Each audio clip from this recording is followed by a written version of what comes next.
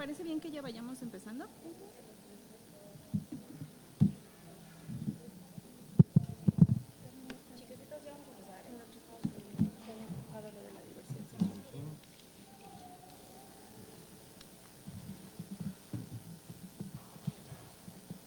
Bueno. ¿Ya está prendido?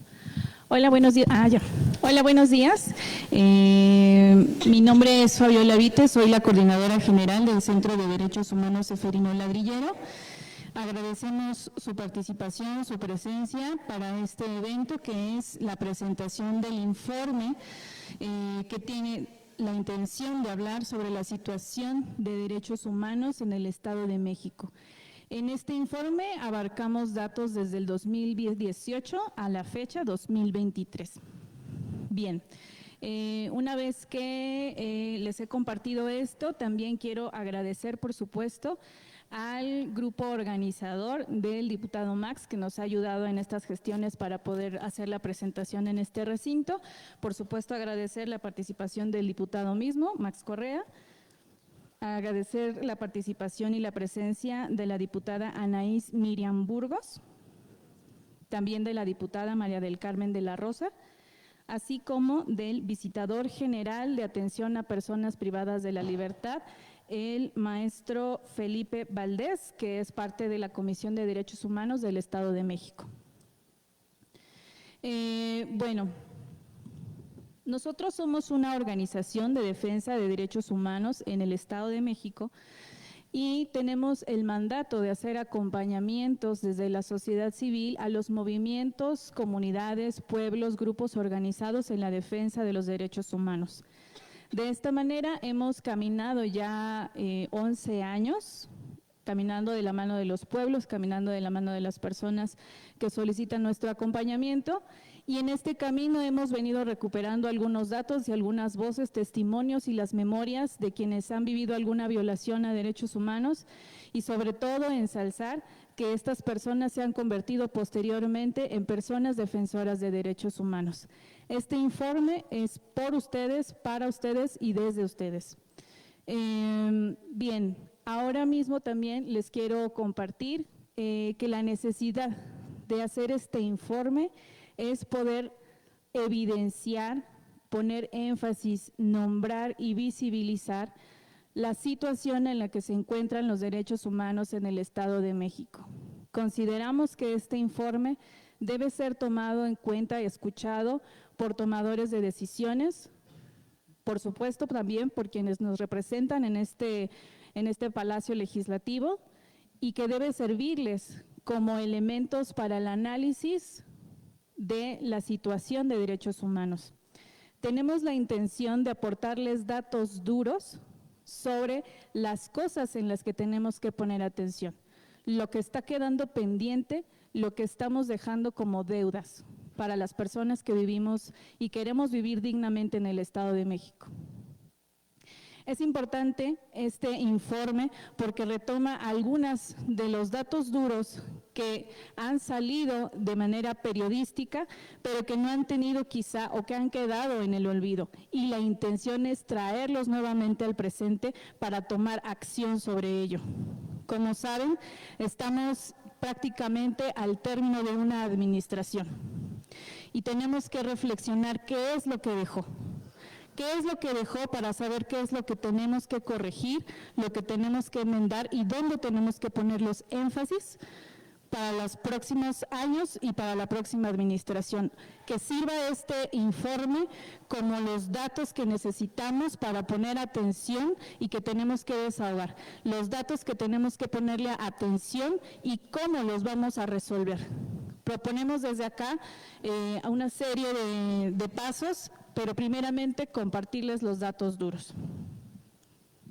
Este informe nos va a hablar sobre cuánto cuesta vivir dignamente en el Estado de México. Abordaremos algunos datos sobre la violencia contra la mujer y también nos va a apoyar en este tema la compañera Angélica de Anda, que es de Amnistía Internacional.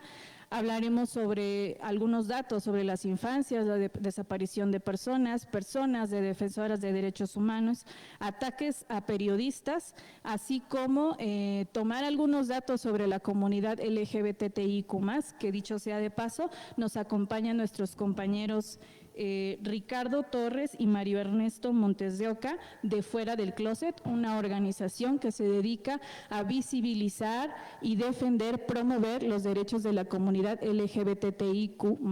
Muchas gracias, compañeros, por acompañarnos.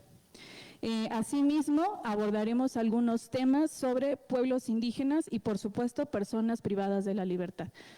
Con esto doy la palabra a la compañera Ana Peniche. Gracias. Gracias. Si nos pueden apoyar, por favor, con la diapositiva, con la presentación.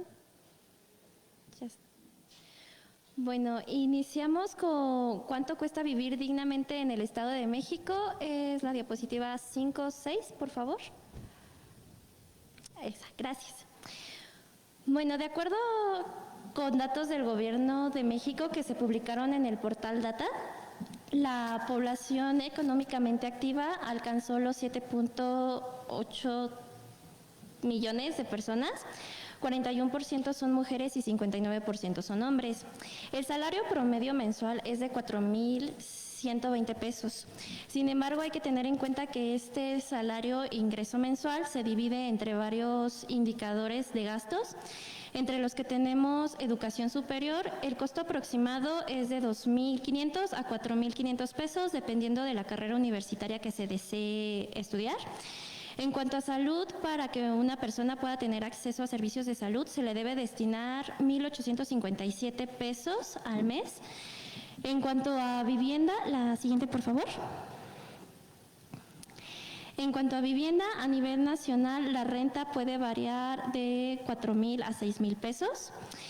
Para alimento es necesario 1,644 pesos por persona, mientras que para acceder al servicio de agua potable se requieren de 2,000 a 40,000 pesos anuales. Para el uso de transporte puede variar de entre los 24 a los 70 pesos, siempre y cuando sean distancias cortas, teniendo en cuenta que el salario mínimo, el costo mínimo del transporte público en el Estado de México es de 12 pesos. Esto nos lleva a la suma aproximada de 14,000 a 15,000 pesos, que evidentemente contrastándolo con el ingreso mensual, pues no alcanza para una vida digna. Y además hay que tener en cuenta que nos faltó tomar datos de otros servicios como internet, luz, gas y educación básica. Entonces esto nos lleva a la pregunta de, en realidad, ¿cuánto cuesta acceder a una vida digna en el Estado de México? ¿Y una vida digna para quién? La siguiente, por favor. Bueno, no solo está la cuestión económica para acceder a una vida digna, también tenemos que ver el acceso a nuestros derechos y la violencia que vivimos en nuestra entidad. En este sentido, iniciaremos hablando de la violencia en contra de las mujeres en el Estado de México. De acuerdo a la Declaración para la Eliminación de la Violencia contra las Mujeres de las Naciones Unidas, la violencia contra las mujeres puede definirse como todo acto que resulte o pueda resultar en un daño físico, sexual o psicológico para las mujeres. Estos actos pueden darse en ámbitos privados como públicos. Antes de continuar, me gustaría resaltar que en el Estado de México el 51.4% de la población son mujeres. Esto significa que en nuestra entidad viven 8.7 millones de mujeres. Teniendo en cuenta este dato, continuamos con la siguiente diapositiva, por favor. De acuerdo a la encuesta nacional sobre la dinámica de las relaciones de los hogares, la ENDIRE, el Estado de México tiene un índice del 78.7% de violencia contra las mujeres. Este dato supera por 8 puntos porcentuales el índice nacional, el cual se ubicó en 70.1%. Después del Estado de México le sigue la Ciudad de México con 76.2% y Querétaro con 75.2%. En el Estado podemos encontrar que la violencia contra las mujeres ha aumentado 4 puntos porcentuales desde 2016. Este aumento ha sido progresivo. Los ámbitos más violentos contra las mujeres, la siguiente por favor. Tenemos en el ámbito comunitario que tiene un índice del 58.5%. Después le sigue la violencia contra la pareja, que tiene un 41.4%. Y tenemos también el ámbito escolar, que cuenta con un 36.6%. La encuesta también ha señalado que el 42% de las mujeres ha experimentado algún tipo de violencia en la infancia, mientras que el 49.9% de mujeres con alguna discapacidad también han enfrentado violencia por razones de género, y el 32.5% de mujeres han experimentado violencia obstetra. Estos datos nos llevan a los feminicidios. La siguiente, por favor. Que es una de las formas de violencia más extrema en contra de las mujeres. El Estado de México ha ocupado el primer lugar en varias ocasiones en este tipo de violencia. En el 2022, de acuerdo con cifras del Secretariado Ejecutivo del Sistema Nacional de Seguridad Pública, de los 100 municipios con mayor índice de violencia feminicida del país, 18 pertenecen al Estado de México. De estos 18 estados se destacaron Ecatepec y Valle de Chalco. Ecatepec contó con 9 casos de feminicidio y Valle de Chalco contó con 8, pero el estado en general sumó 78 feminicidios al mes. En lo que va del 2023, de enero a marzo, de los 100 municipios con mayor violencia feminicida del país, 16 siguen perteneciendo al Estado de México. En estos encontramos a Toluca, que tiene 5 casos de feminicidio hasta este momento, Chimalhuacán tiene 3, Valle de Chalco, Coyotepec y Ecatepec tienen 2 casos cada uno respectivamente. Es importante también tener en cuenta que existe un registro de llamadas. La siguiente, por favor. Un registro de llamadas que permiten ampliar el análisis de casos de posible violencia de género que no fueron necesariamente denunciados, pero que sí fueron registrados y captados por estos registros de llamadas. De acuerdo con el Secretariado Ejecutivo del Sistema Nacional de Seguridad Pública, el Estado de México acumuló 50,000 llamadas de emergencia por casos de violencia contra las mujeres en un periodo de enero a noviembre de 2022, lo que significa que por cada 100,000 mujeres en la entidad se registraron 558 llamadas. Entre estas, la violencia contra la pareja contó con un total de 3,279 llamadas, en violencia familiar se contó con 6,623 llamadas y en cuanto al abuso y hostigamiento sexual se registraron 870 llamadas. Aunado a esto, contamos con el Estado de México cuenta con 2 alertas de género, con 2 alertas de violencia de género contra las mujeres. La primera se emitió en 2015 por la violencia feminicida que se registró en 11 municipios. Estos municipios fueron Chalco, Chimalhuacán, Cuautitlán Izcalli, Ecatepec de Morelos, entre otros. La segunda alerta de género surge en el 2019 ante la desaparición de niñas, adolescentes y mujeres. Esta situación se dio en 7 municipios: Chimalhuacán, Cuautitlán Izcalli, Ecatepec, Iztapaluca, Nezahualcóyotl, en Toluca y Valle de Chalco. Ante esta situación, Amnistía Internacional, en su informe Juicio a la Justicia, deficiencias en las investigaciones penales de feminicidios y presidios de desaparición en el Estado de México, que se emitió en el 2021, señaló que las autoridades estatales no inspeccionan correctamente el lugar de los hechos donde ocurren los feminicidios, tampoco resguardan de manera apropiada las evidencias recolectadas y no realizan las pruebas periciales o diligencias necesarias. Esto tiene como consecuencia que se pierdan datos, objetos, sustancias e incluso testimonios. Esta situación ha llevado a que las familias encabecen con recursos propios las investigaciones. Las autoridades amenazan y acosan a las familias para que dejen de investigar. Las mujeres del Estado de México, la siguiente por favor, se han organizado ante esta creciente ola de violencia y ante la escasa actuación de las autoridades. La respuesta ante esta organización de mujeres ha sido violenta. Amnistía Internacional también ha registrado el uso excesivo e indebido de la fuerza, detenciones arbitrarias e incluso violencia sexual contra las mujeres que se organizan y protestan. Ejemplos de esto los podemos encontrar en situaciones ocurridas en Ecatepec, Chicoloapan y Cuautitlán. También podemos tener como un ejemplo el caso de Roxana Ruiz, quien había sido condenada por matar a su violador en legítima defensa. Fue absuelta de los cargos, pero debemos cuestionarnos si fue porque realmente la Fiscalía hizo bien su trabajo en materia de género o simplemente se dio a la presión mediática. ¿Y cuántos casos registrados de estos hay? Gracias. Le paso la palabra a mi compañero Hugo. Muchas gracias. Agradezco las intervenciones de las personas que han precedido la palabra. Ahora abordaremos el tema de las agresiones dirigidas a las personas defensoras de derechos humanos. Siguiente, gracias. A modo de introducción, expondremos algunos de los casos más vigentes en la entidad federativa. Empezaremos con el caso de la activista de derechos humanos Kenny Hernández Montalbán, la cual ha sido detenida en 2 ocasiones en esta entidad federativa. Esta última con una sentencia de 20 años de prisión, en la cual se le ha fabricado el delito de robo con violencia. De igual forma, tenemos el caso del activista Irving García, el cual fue detenido en Toluca tras denunciar irregularidades con la policía de este mismo municipio. Se le fabricó el delito de extorsión e igual fue víctima de secuestro express.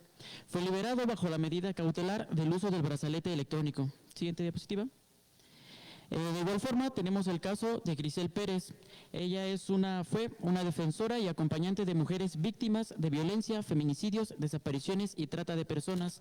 Desapareció en el año del 2021 y su cuerpo fue hallado sin vida este mismo año. El presunto feminicida ya ha sido ubicado y sentenciado en el municipio de Chimalhuacán. A su vez, tenemos el caso de Felicia García y Carmen Rico, defensoras del espacio conocido como La Huerta en Naucalpan. Siguiente diapositiva. Y el caso más reciente es del asesinato del defensor del derecho humano al agua y la tierra y activista Álvaro Arbizu, el cual perdió la vida después de que un comando armado irrumpiera las instalaciones del CENTLI la madrugada del 13 de julio del presente año. Siguiente, por favor. De igual forma, se han registrado otras agresiones a través del tiempo.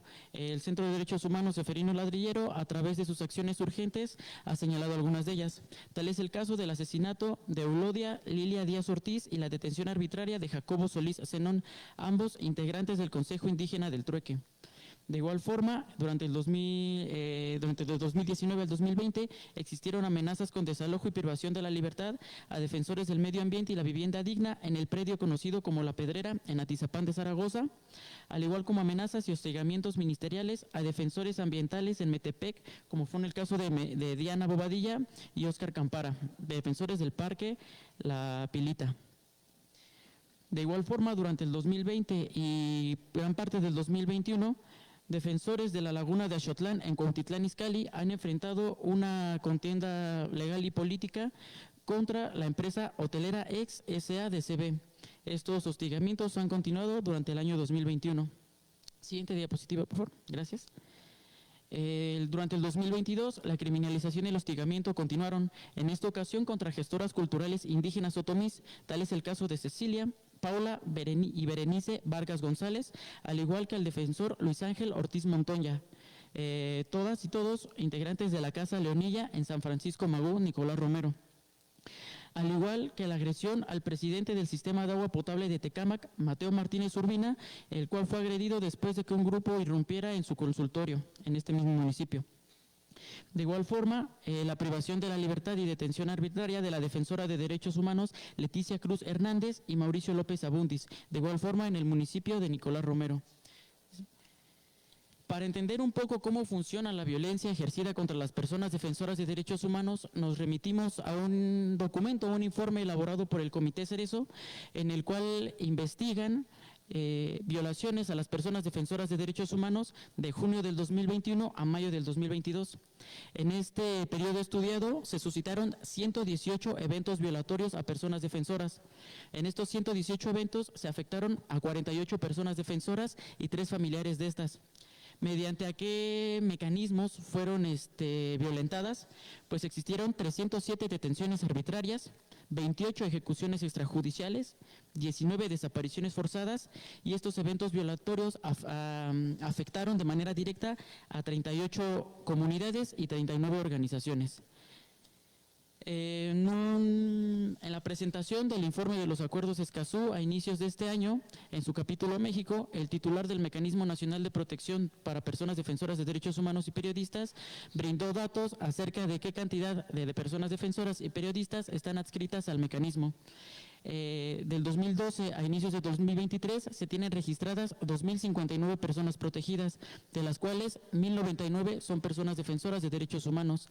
En este panorama, el Estado de México se posiciona en la quinta entidad con más personas defensoras de derechos humanos adscritas al mecanismo, con 78. 49 de ellas son mujeres y 32 de ellos son hombres. Siguiente, por favor. Pasamos con el tema de las agresiones a los periodistas, a las y los periodistas. Para entender este tema hay que saber que las agresiones que se contabilizan en la mayor parte de informes sobre derechos humanos son las agresiones cuyo móvil es la razón periodística, su trabajo de razón periodística. A modo general, el artículo 19 ha contabilizado 30 periodistas desaparecidos del 2000 a 2016, al igual que catalogó al 2022 como el año más violento para el gremio periodístico, con 13 periodistas asesinados por razones directas de su trabajo. Siguiente diapositiva, por favor. Igual a la organización Artículo 19, en una investigación en la que aborda a los periodistas y las y los periodistas asesinados en México del 2000 al 2022, se tienen 157 casos registrados, 4 de ellos en el Estado de México. El 19 de julio del año 2000, el caso de Hugo Sánchez Estaquio. El 8 de febrero del 2008, el doble homicidio de Bonifacio y Alfonso Cruz Pacheco. Y el caso más reciente, el asesinato del periodista Nevid Condes Jaramillo, el 24 de agosto del 2019, el cual, bajo su propia palabra, decía estar bajo la amenaza del presidente municipal de Tejupilco. De igual forma, les invito a consultar el informe, ya que se registran otras agresiones a personas defensoras de derechos humanos y ahí se indican qué estaban cubriendo y por qué agentes del Estado o privados fueron agredidas y agredidos. Siguiente diapositiva, de favor. Siguiendo la lógica de las personas adscritas al Mecanismo Nacional de Protección, en el universo de 2.059 personas protegidas, 581 son periodistas. El Estado de México se posiciona en la sexta entidad con más periodistas adscritos al mecanismo, con 14. 4 de ellas son mujeres y 10 son hombres. Siguiente, de favor. Bueno, ahora seríamos con el tema de las personas desaparecidas. Si bien en el informe se presenta antes las personas desaparecidas que las agresiones, es oportuno mencionarlas en esta instancia, ya que puede ser lamentablemente alguno de los escenarios de las agresiones a personas defensoras, tanto periodistas, y la reconfiguración de la violencia criminal que ha vivido el país, el Estado mexicano, ha hecho que cualquier persona sea susceptible a desaparecer. De manera general, hace falta preguntarse cuántas personas desaparecen en el Estado de México. Extrayendo datos del Registro Nacional de Personas Desaparecidas y No Localizadas, se tiene contabilizado del año, que es cuando funciona el registro, de 1964 a la fecha, 46.712 registros de desaparición en el Estado de México, lo que hace que históricamente sea la entidad que más problemas tiene con la desaparición. De este universo de personas desaparecidas, 34.312 fueron localizadas, lamentablemente 1.788 de ellas sin vida. Hasta inicios del 2023, para febrero, seguían sin ser localizadas 12.300 personas. Siguiente diapositiva, de favor. ¿Cuántas personas desaparecieron durante el 2022? Igual, el Registro Nacional nos habla de 19.958 personas desaparecidas durante este año. 10.199 de ellas, al finalizar, fueron localizadas, permanecían sin ser localizadas, y 9.759 fueron localizadas al finalizar el año. De igual forma, al finalizar el 2023, el Estado de México se posicionaba como la tercera entidad con más desapariciones, con más personas desaparecidas. Siguiente diapositiva. Ahora, para cerrar el tema de desapariciones en el Estado de México, hace falta preguntarse cuántas desaparecieron durante el último año. Siguiendo esta lógica numérica del Registro Nacional, fueron 2.658 personas desaparecidas. 1.599 fueron localizadas, lamentablemente 60 de ellas sin vida. Al finalizar el año 2022, 1.099 personas seguían sin ser localizadas. Los municipios que rebasan la línea de las 40 desapariciones en el último año son Tlalnepantla con 44, Chalco con 45, Naucalpan con 50, Nezahualcóyotl con 60, Toluca con 103 y Ecatepec con 109.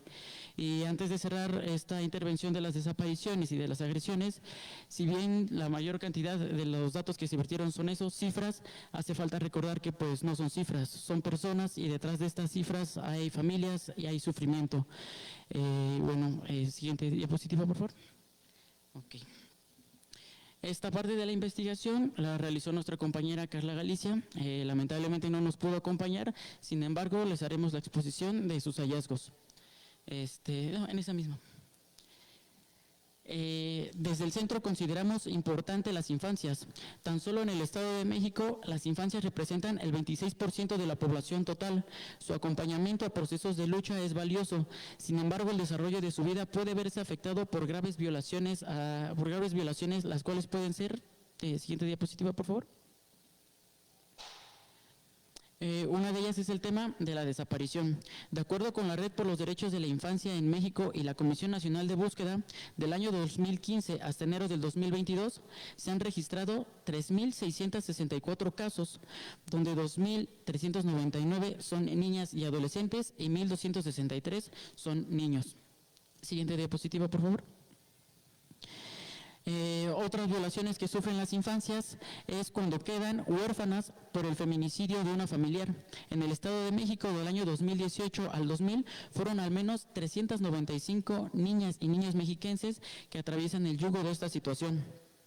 De igual forma, otro de los problemas, de acuerdo con la Red de los Derechos de la Infancia en México, es la importancia de diferenciar entre infancias trabajadoras, trabajo infantil y explotación. La diferencia radica en que las infancias trabajadoras no ponen en riesgo su integridad, mientras que en el trabajo infantil y en explotación afecta directamente su integridad física, corporal, salud, en cuanto a salud emocional y física. En este sentido, el INEGI en el año 2019 documentó que 230.262 infancias en el Estado de México realizan algún tipo de trabajo. Siguiente diapositiva, por favor. Otro de los malestares o de las violencias que viven las infancias tiene que ver con el embarazo infantil y adolescente. Un momento. Sí.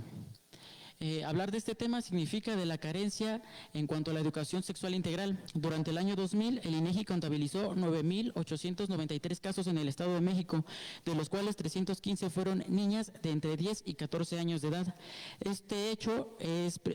Ante este hecho, es preocupante que exista el tema del abuso sexual infantil. Uno de los casos que se documentó fue el del monstruo de Tultitlán, el cual era un hombre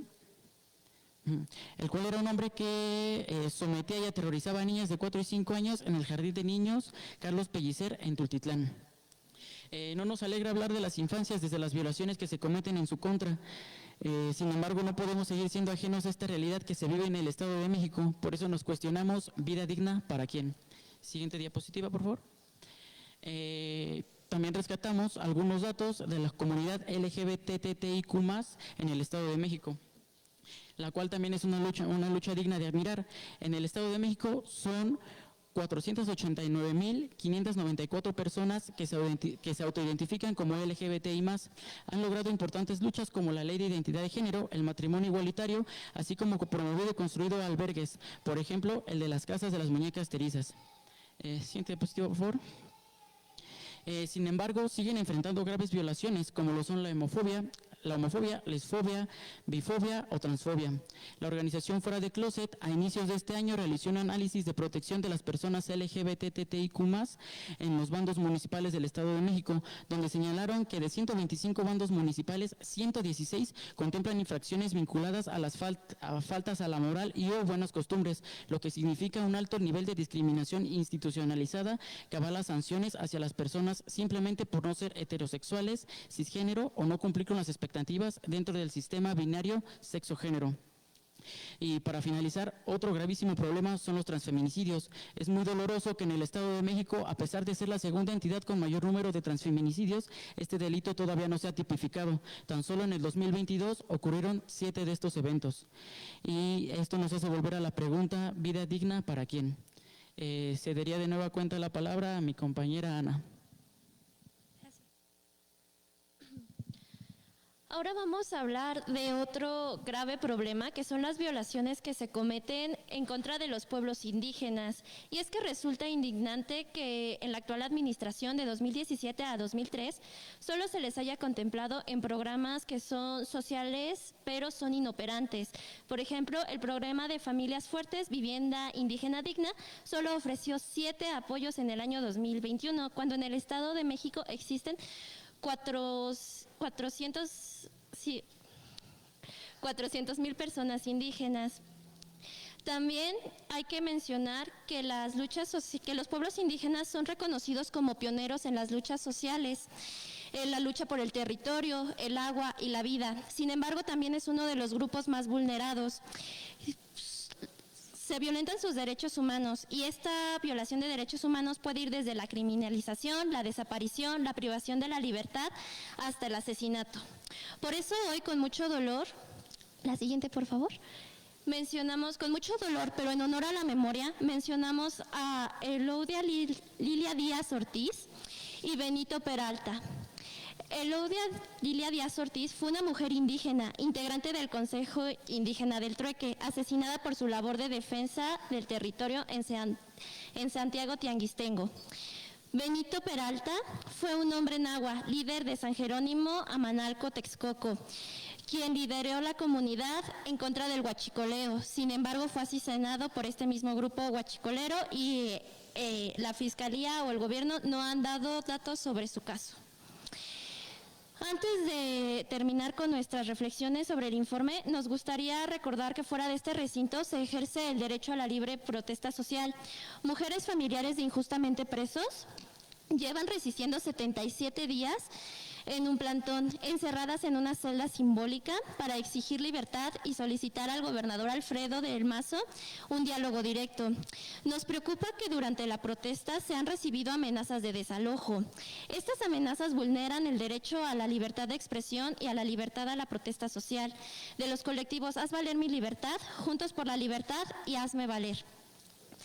Desde aquí hacemos un llamado al gobernador Alfredo del Mazo para que atienda a las mujeres familiares de injustamente presos.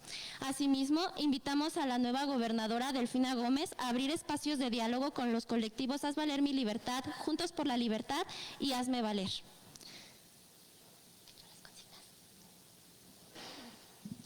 Con esto regreso la palabra a Fabiola. Gracias. Pues estos son algunos de los datos duros que pueden consultar en el informe.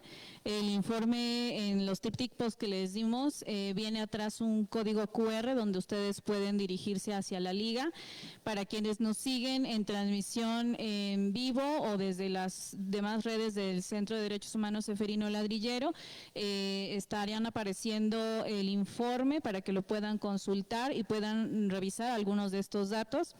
Y bueno, derivada de la información que nos han compartido, quisiera pedirles, por favor, que nos pongamos de pie y hagamos un minuto de silencio por Eulodia, por Benito, por Arbizu y por todas las personas defensoras de derechos humanos que han caído en esta labor digna.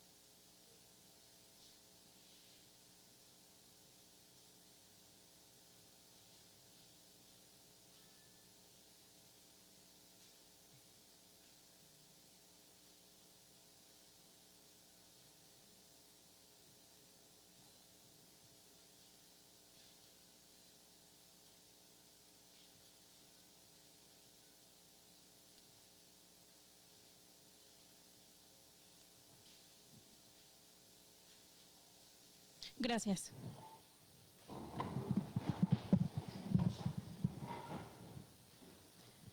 Bien, la intención ahora es también compartir la palabra a nuestra compañera primeramente de Amnistía Internacional para que nos dé algunas de sus reflexiones, resuene con nosotros respecto de lo que ha sido el informe, y posteriormente el compañero Ricardo Obando de la Escuelita del Agua del Estado de México nos va a compartir también algunas de las observaciones y un diagnóstico que tiene respecto al tema del agua. Pues muchísimas gracias. Agradezco al Centro de Derechos Humanos Ceferino Ladrillero por la invitación, y desde Amnistía Internacional reconocemos su gran trabajo en la defensa y promoción de los derechos humanos en el Estado de México. Como ya lo han mencionado, distintas organizaciones, entre ellas el Centro de Derechos Humanos Ceferino Ladrillero y Amnistía Internacional, hemos documentado particularmente en el informe La Era de las Mujeres, cómo distintas autoridades a lo largo de México han respondido al ejercicio del derecho humano y legítimo de la protesta por parte de las mujeres y niñas con violencia y vulneración de sus derechos humanos. Ya lo comentaban, el excesivo e innecesario uso de la fuerza, detenciones arbitrarias, abuso verbal, físico y violencia sexual, que cabe mencionar pueden constituir tortura y tortura sexual, que es una grave violación a derechos humanos y que está prohibida completamente. Estos tipos de violencia y vulneración son consecuencia de la creación de un ambiente hostil en contra de las mujeres y de las niñas, y también particularmente en contra de los derechos de la libertad de expresión, reunión, asociación y protesta.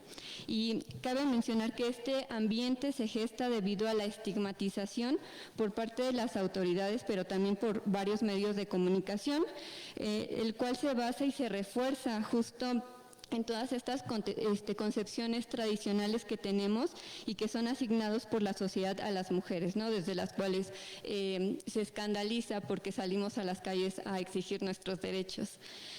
Además, pues se deslegitima nuestro activismo y se justifica las violaciones de derechos humanos y los delitos cometidos en contra de las mujeres y de las niñas, y además permite la obstaculización de su acceso a la verdad, justicia y reparación integral del daño. Y justo nada más para poder ejemplificar lo sucedido, por ejemplo, en Ecatepec, en el Estado de México, el 10 de septiembre de 2020, personal de la Fiscalía General de Justicia del Estado de México desalojó con uso excesivo de la fuerza a mujeres, niñas y niños que ocupaban la sede de la Comisión de Derechos Humanos del Estado de México en un acto de protesta pacífica. Es importante mencionar que no hubo orden judicial, los traslados se hicieron en camionetas sin identificación oficial, no se les llevó a la oficina del Ministerio Público correspondiente, sino se les trasladó hasta el municipio de Atizapán, que es un traslado de aproximadamente 30 minutos, en un horario de la madrugada. Y al aire libre justo se les colocó en la parte de atrás de los vehículos tipo pick-up. Y al día siguiente, el 11 de septiembre, se realizó una manifestación justo en Atizapán para exigir su liberación, pero bueno, nuevamente las autoridades respondieron con el uso innecesario y arbitrario de la fuerza contra las personas que se manifestaban. Se les arrojó objetos pesados para disgregarlas y las persiguieron a pesar de que ya se habían esparcido. María Rodea y Celso Martel son dos personas defensoras y activistas de derechos humanos y víctimas en este caso, que son acompañadas por el Ceferino Ladrillero y Amnistía Internacional, y las cuales a casi 3 años no han obtenido verdad, justicia ni reparación integral del daño.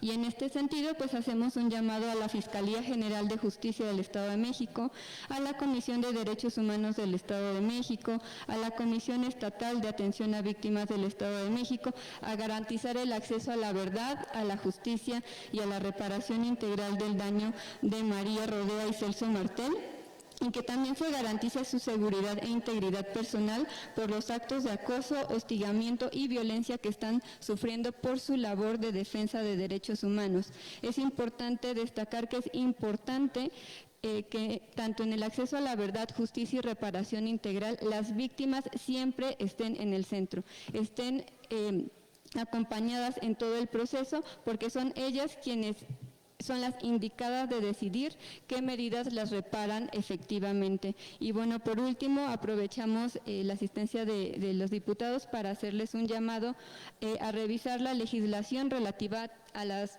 reuniones públicas y a las manifestaciones, con el fin de que se garantice y se facilite el ejercicio efectivo tanto de las mujeres como de las niñas a los derechos de la libertad de expresión, reunión, asociación y protesta, de conformidad con las obligaciones internacionales contraídas por México en materias de derechos humanos y explicitados en el artículo 1 de la Constitución. Muchas gracias.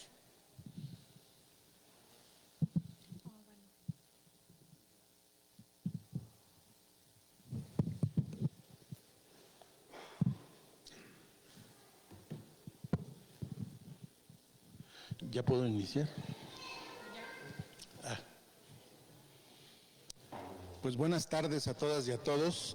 Yo soy Ricardo Bando Ramírez, vengo del municipio de Tecámac y soy coordinador de la Red Regional de Sistemas Comunitarios y Comités por la Defensa del Agua, más conocida como la Escuelita del Agua. Y hoy vamos a platicar de un tema bastante interesante, pero también preocupante. Es necesario, antes que nada, plantear que el tema del agua se ha convertido en un tema bastante espinoso, porque es urgente modificar las políticas hídricas en el Estado de México y en general en toda la cuenca y en todo el país. Porque en el caso del Estado de México, después de casi 100 años de pésimos gobiernos y en esa misma continuidad 30 años de neoliberalismo, pues se nos impusieron políticas hídricas bastante agresivas, bastante destructivas del medio ambiente y de los derechos humanos de todas y todos. Y el día de hoy vamos a presentar un fragmento de un diagnóstico hídrico de la Cuenca de México en general y del municipio de Tecámac en particular, para que todas y todos tengamos una idea de la grave problemática y que ahora que tenemos la oportunidad de tener un nuevo gobierno con otra visión, este nuevo gobierno pueda dar marcha atrás a todas estas políticas y que en definitiva se modifique el marco jurídico institucional que el priismo construyó durante tanto tiempo. Bien, pues pasamos a la primera diapositiva, por favor. Ahí tenemos un mapa de la Cuenca de México. Es una cuenca que está ubicada en el altiplano central de la República Mexicana. Está a 2.200 metros de altura sobre el nivel del mar y tiene una extensión de 10.000 kilómetros cuadrados. En esa cuenca hay varios estados de la República. Bueno, está la Ciudad de México, está un pedacito de Tlaxcala, está Hidalgo, etcétera, ¿no? Y bueno, este es el caso del estudio. La que sigue, por favor. Resulta que el 18 de agosto de 1954, el entonces presidente Adolfo Ruiz Cortines emitió un decreto de veda a la extracción o libre alumbramiento de las aguas de la cuenca para usos que no fueran estrictamente domésticos o agrícolas, ¿sí? Esta veda es vigente, existe. Sin embargo, como nunca se reglamentó, nadie la respetó. Ningún gobierno, ni de la Ciudad de México, antes Distrito Federal, ni del Estado de México, ni de Hidalgo. Nadie ha respetado este decreto de veda de 1954, que si se reglamentara y se respetara, no tendríamos una grave crisis hídrica como la que a continuación vamos a señalar. La que sigue, por favor. Ahí tenemos unos mapas satelitales, espero que se alcancen a ver, yo creo que sí. Ahí tenemos una foto de 1970 en donde en la parte superior se ve la ciudad de Toluca. Fíjense el tamañito que tenía. La que está más al centro es la Ciudad de México, antes Distrito Federal. La que está a la izquierda de ustedes es Cuernavaca, se alcanza a ver ahí una como bolita, ¿no? Y pues a la derecha pues está Hidalgo, pero pues todavía no figuraba. Ya para el año 2000 vemos cómo la conurbación ha crecido y se ve una tendencia a que se junten las capitales de los estados de México, la Ciudad de México, Cuernavaca y Toluca.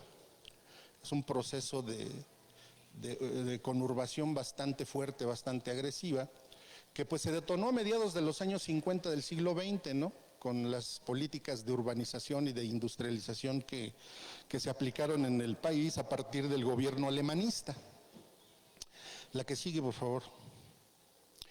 Y ahí ya tenemos en la era neoliberal de que a pesar del decreto de veda del año de 1954, el crecimiento urbano de la Cuenca de México se ha disparado enormemente y provocado que la conurbación con ciudades capital de otros estados y cuencas vecinas se conviertan en una sola gran mancha urbana o una gran megalópolis.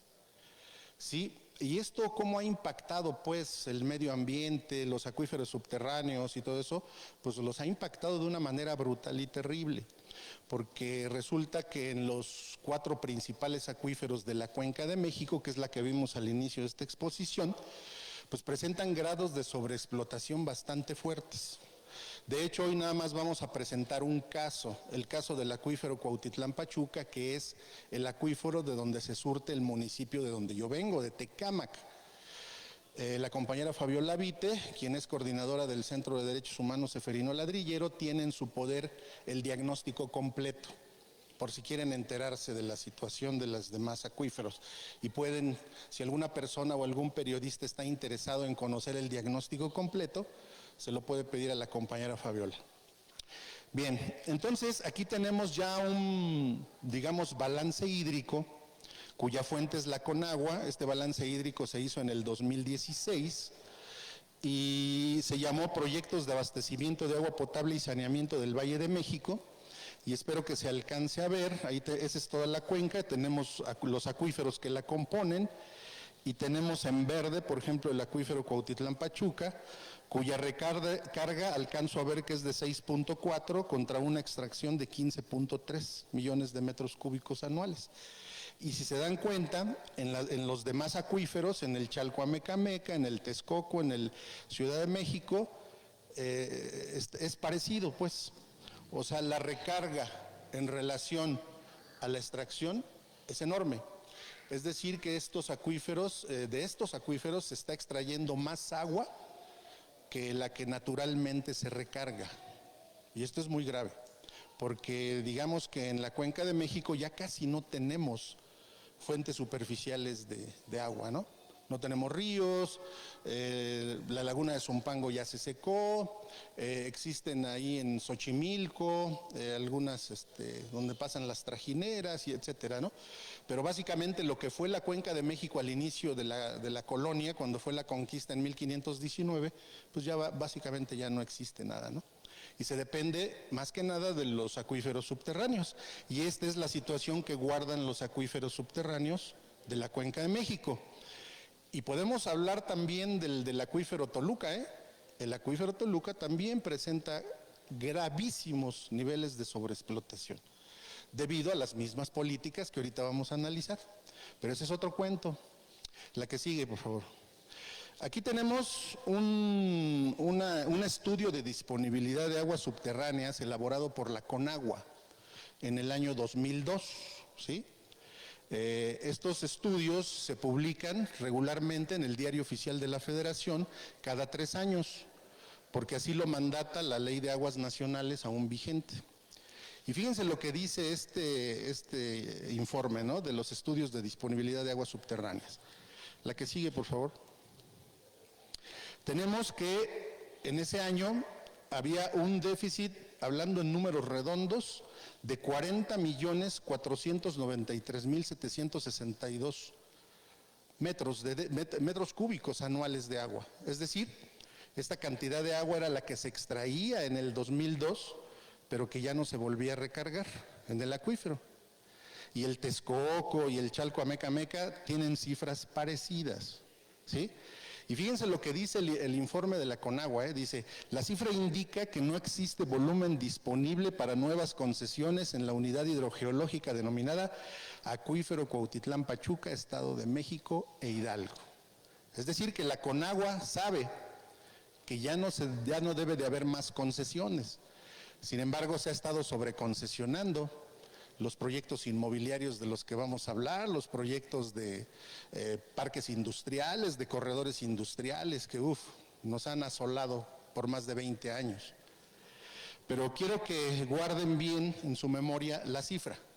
Un déficit de, en números redondos, 40 millones de metros cúbicos anuales. Sí, gracias. La que sigue. Tenemos el estudio de diciembre del 2020, la que sigue, por favor, o sea, ya varios años después, y resulta que el déficit ya es de 188 millones, hablando en números redondos, de metros cúbicos anuales de sobreextracción. ¿Se fijaron cuánto aumentó? La que sigue, por favor. Sin embargo, como lo mencioné hace un rato, los planes de desarrollo urbano se han ido modificando.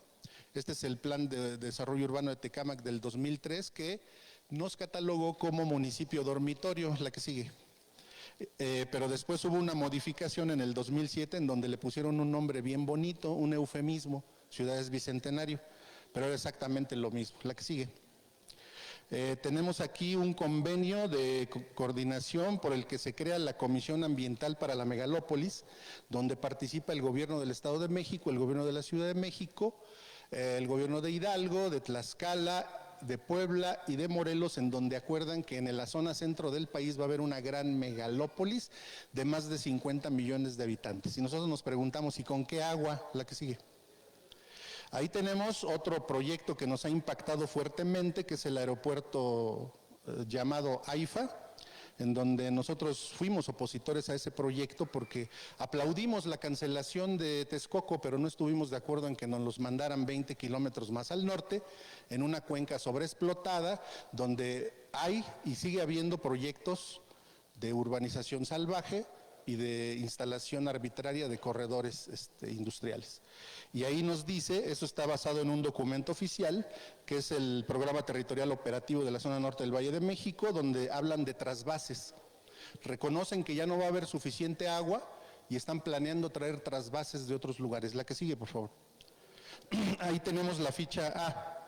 Esto es muy importante, que esto viene en el Programa Territorial Operativo del AIFA, estrategia para lograr un balance hídrico. Fíjense, dice textualmente, hay que reconocer que los escenarios previstos dependen fundamentalmente del comportamiento del consumo de agua por los grandes sectores agrícolas e industrial, pero de igual manera por el consumo individual, ya que considerando los tres escenarios de consumo, el balance hídrico potencial una vez establecidas las estrategias actuales es positivo. Solamente si se procura un consumo inferior a los 190 litros diarios por habitante, ya que el escenario tendencial de 300 litros al día, incluso con la presencia de los acueductos externos, es insuficiente para satisfacer la demanda proyectada. Por el contrario, si se mantuviera un consumo de agua de 100 litros al día, sería posible conservar un balance hídrico positivo con la instalación únicamente de uno de los acueductos Valle del Mezquital, es decir, una reducción al consumo tendencial de 300 a 100 litros por persona al día. O sea, la que sigue, por favor, me voy muy rápido porque el tiempo.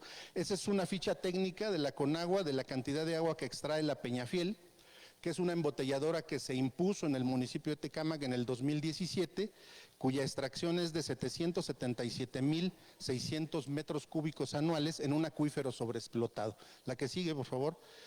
Tenemos un crecimiento de la población, no alcanzo a ver, pero en 1960 parece, había como 11,000 habitantes en Tecámac, ahora hay cerca de 600,000. La que sigue.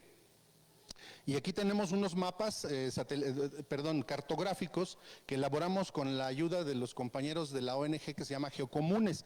Ahí está Tecámac en el 2000, la que sigue, vean cómo va creciendo la mancha urbana, la que sigue, por favor, la que sigue, la que sigue, y ahí está en el 2019. La que sigue, por favor. Nuevos proyectos de crecimiento y urbanización insustentable, la que sigue. Ahí tenemos el anuncio de la construcción del complejo industrial Temex Park en Tlalpan el 10 de marzo del 2022, en donde el ahora saliente gobernador Alfredo del Mazo nos informa que se va a construir en el municipio de Tlalpan el parque industrial más grande de América Latina. Y nosotros estamos en contra de eso porque en México tenemos alrededor de 40 regiones, se llaman regiones de emergencia sanitaria y ambiental, que antes les llamábamos infiernos ambientales, que son lugares en donde ya las enfermedades, la contaminación tienen un alto índice. La que sigue, muy rápido, vámonos. Abastos desde Zumpango, primera acción ante falta de agua potable en la Ciudad de México. Se previó la construcción de 29 pozos que afortunadamente al iniciar el proyecto fueron detenidos por la población de San Juan Citlaltepec. La que sigue. Ellos organizaron en su comunidad una asamblea popular en donde había más de 2.500 personas el 2 de julio del 2023 y bloquearon el proyecto de Conagua de estarse llevando el agua. La que sigue, ahí está otra foto de la asamblea. La que sigue, ahí tenemos otra que también estamos en desacuerdo. Acuerdan Ciudad de México, Hidalgo y Edomex, plan urbano interestatal, en donde se planteó, esto fue en mayo del 2023 en la capital de Hidalgo, en Pachuca, que se va a construir un gran corredor industrial de la Ciudad de México, pasando por el Estado de México y llegando a Hidalgo. Y esto va muy de acuerdo con lo que ahora anda de moda, que es el famoso nearshoring, con lo cual nosotros no estamos de acuerdo, porque las empresas gastan y contaminan enormes cantidades de agua y el marco legal de la Ley de Aguas Nacionales tolera el exceso de contaminación y tolera el sobreconcesionamiento de agua. La que sigue, ya voy a terminar. Esa es otra foto esta es una foto en Apaxco, donde los compañeros estuvieron protestando por el plan de desarrollo urbano que se impuso ahí, que prevé construcción de más viviendas y más parques industriales. La que sigue, otra foto del mismo evento. La que sigue. Este es un evento que organizamos en Tecámaga el 17 de junio, donde hicimos una estrategia para combatir estos proyectos nocivos. La que sigue, una reflexión final. Aquí sí me gustaría que lo leyéramos con calma, es la última diapositiva. Elevar a rango, es una reflexión, de Beñat Saldúa, que se publicó en la jornada del 12 de agosto del 2023 en la página 2. Es un economista vasco. Elevar a rango de ley natural la necesidad de crecer económicamente obliga a sacrificar en el altar del mercado toda una serie de valores claves para preservar las condiciones de vida en la tierra. A estas alturas, nadie niega las crisis ecológicas que nos acechan, pero seguimos queriendo cerrar los ojos ante el hecho de que cada punto del PIB global significa agravar el impacto medioambiental de la actividad humana. Gracias por su atención.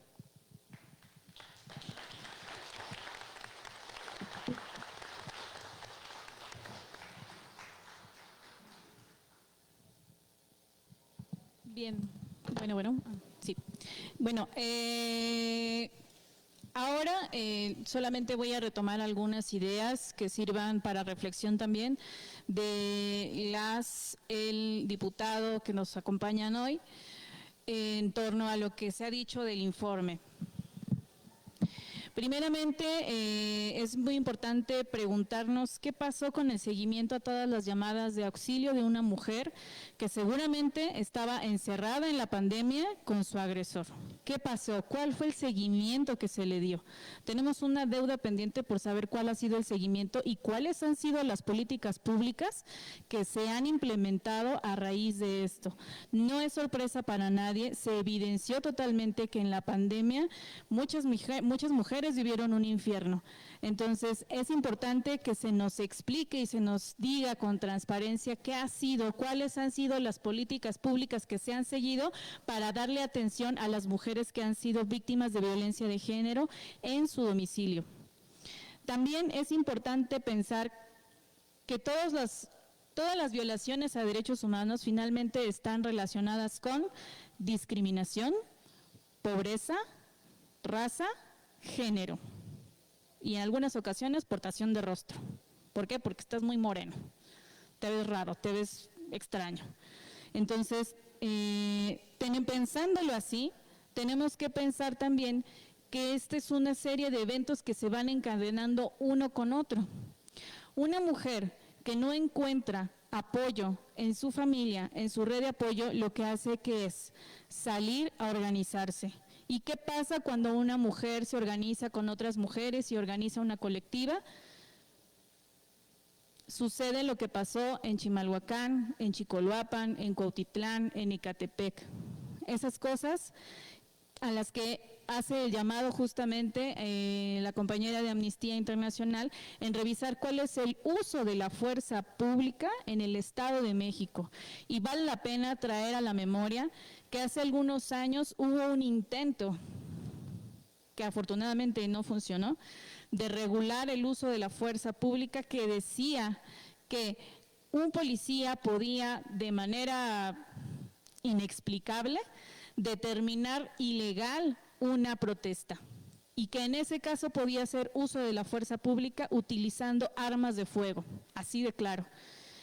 Las comunidades se organizaron en lo que en ese momento se llamó el fuego de la digna resistencia y resistieron claramente a esa ley. Por favor, que a nadie se nos olvide que eso pasó. Por favor, que a nadie se nos olvide que hubo un intento de criminalizar la pobreza. ¿Y qué es lo que está sucediendo? De criminalizar la protesta. ¿Y qué es lo que está sucediendo? Sucede lo que pasó con estas compañeras. Sucede lo que sucedió con Manada Periferia. La golpiza que le metieron a las y los compañeros de la comunidad LGBTIQ+, donde ¿por qué? Porque son mujeres, porque tienen un género diferente, porque son diferentes, porque son pobres, porque son morenos, hubo una criminalización de la protesta. Entonces, es importante hacer este llamado, que no se nos olvide y que no quede ahí la cosquilla de seguir criminalizando. Asimismo, es importante señalar también que la pandemia, claro que fue un momento propicio para que estas agresiones se dieran. Las agresiones a las mujeres que estaban organizadas en colectivas y que fueron agredidas en Chimalhuacán, Cuautitlán, Ecatepec, se dio en el contexto de la pandemia, donde no había tanto margen de movilizarse y apoyar. Entonces, queda muy claro ahí que también la pandemia fue propicia para que estas agresiones se dieran y para que quedaran ahí, pues en el olvido, y por eso es importante mencionarlas ahora.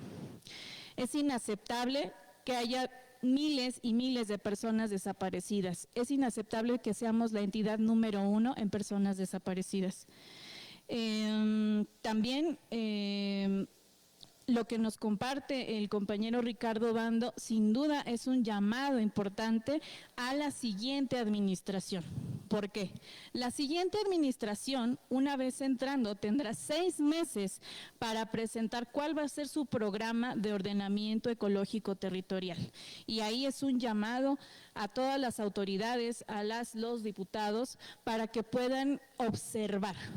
Y además para la ciudadanía, en que nos podamos involucrar y ejerzamos nuestro derecho a la participación.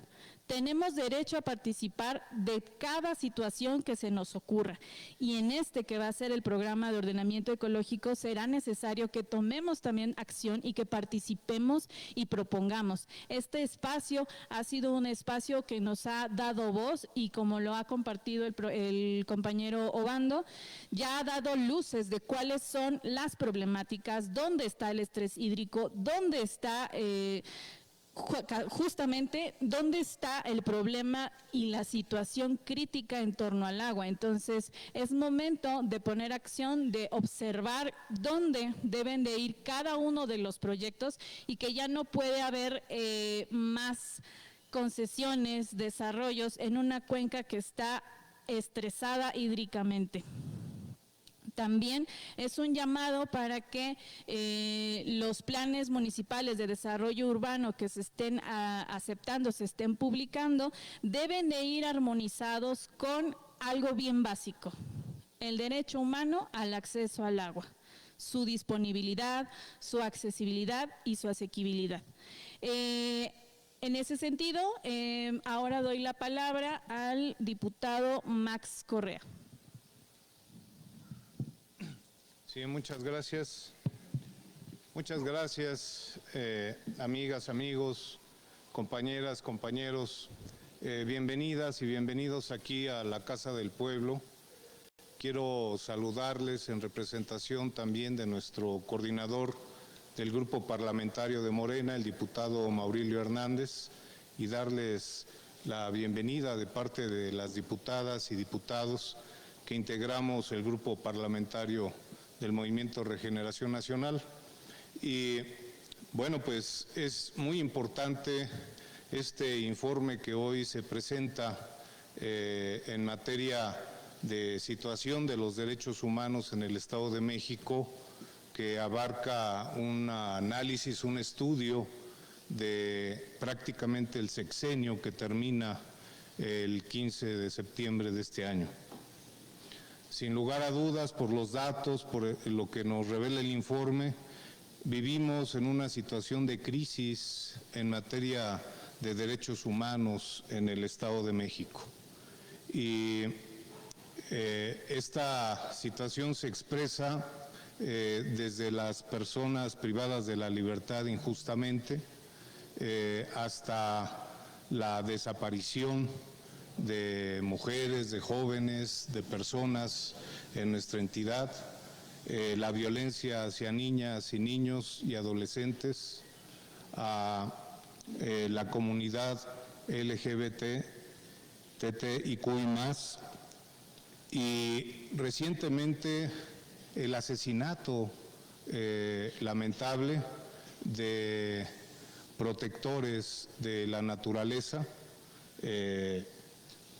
y la persecución y el encarcelamiento de quienes luchan por defender el agua, la biodiversidad, los bosques, la criminalización de quienes defienden sus territorios desde las comunidades indígenas en el Estado de México.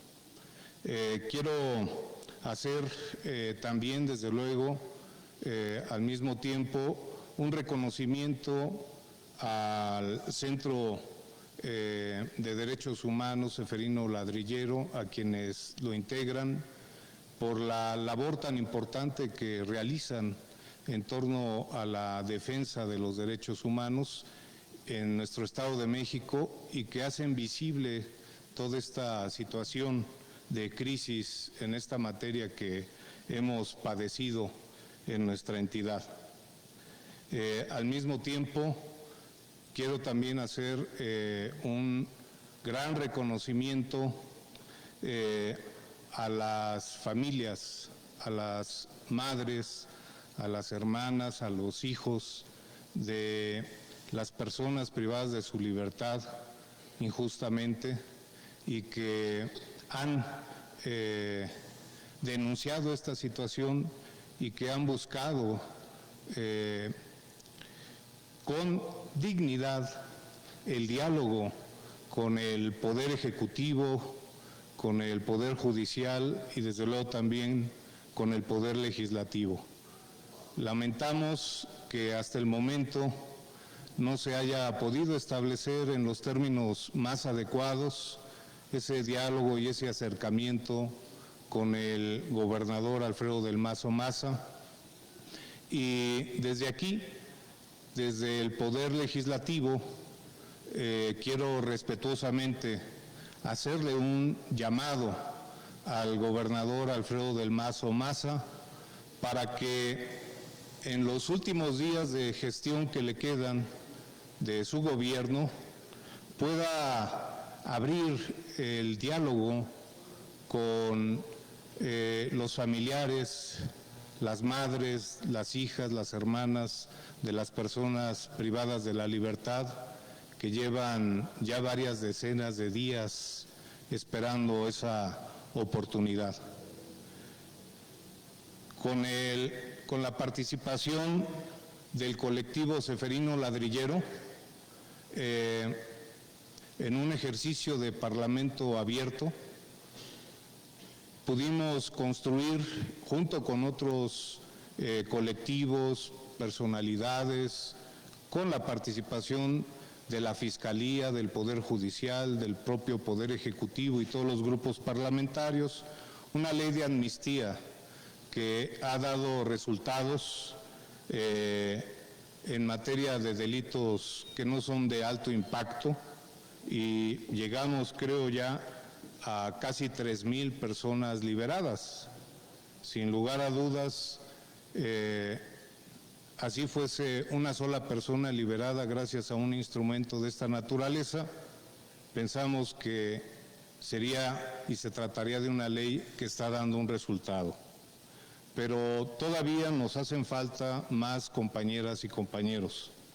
Creo que no se ha terminado el tiempo y aún tenemos esperanza para que el Poder Judicial, y ahí también hacemos un respetuoso llamado al magistrado presidente del Poder Judicial, a Ricardo Sodi Cuéllar, para que se pueda celebrar el último esfuerzo antes de que termine este sexenio, para que puedan revisarse y analizarse diversos casos de delitos graves que también son considerados en la ley de amnistía que aprobamos en esta soberanía.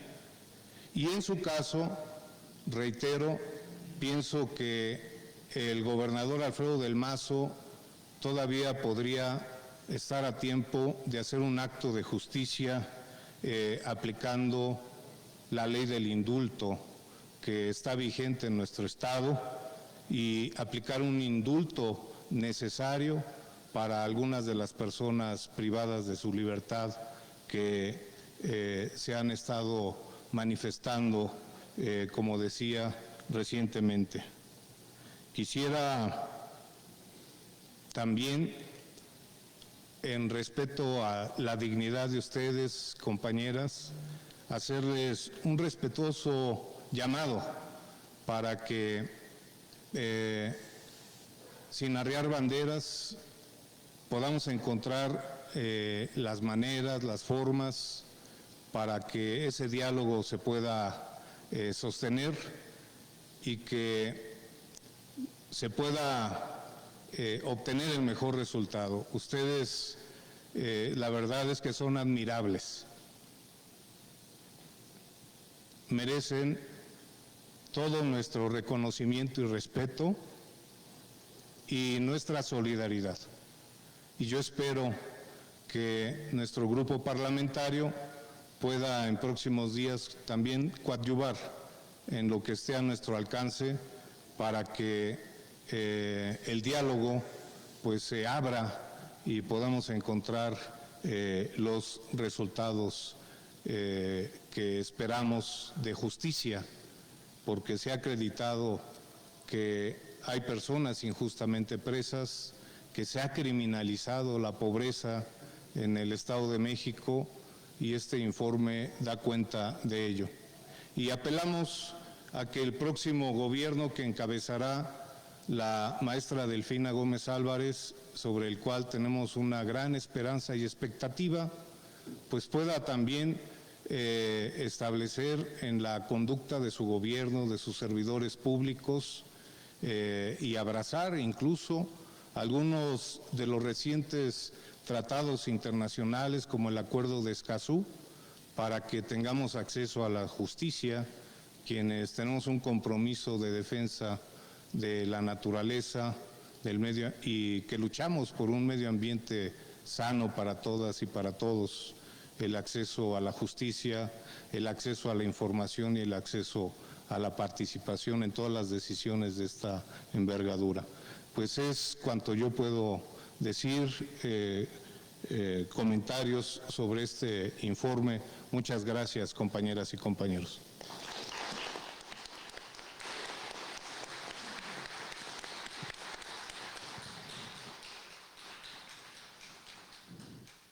Le damos la palabra ahora a la diputada María del Carmen de la Rosa.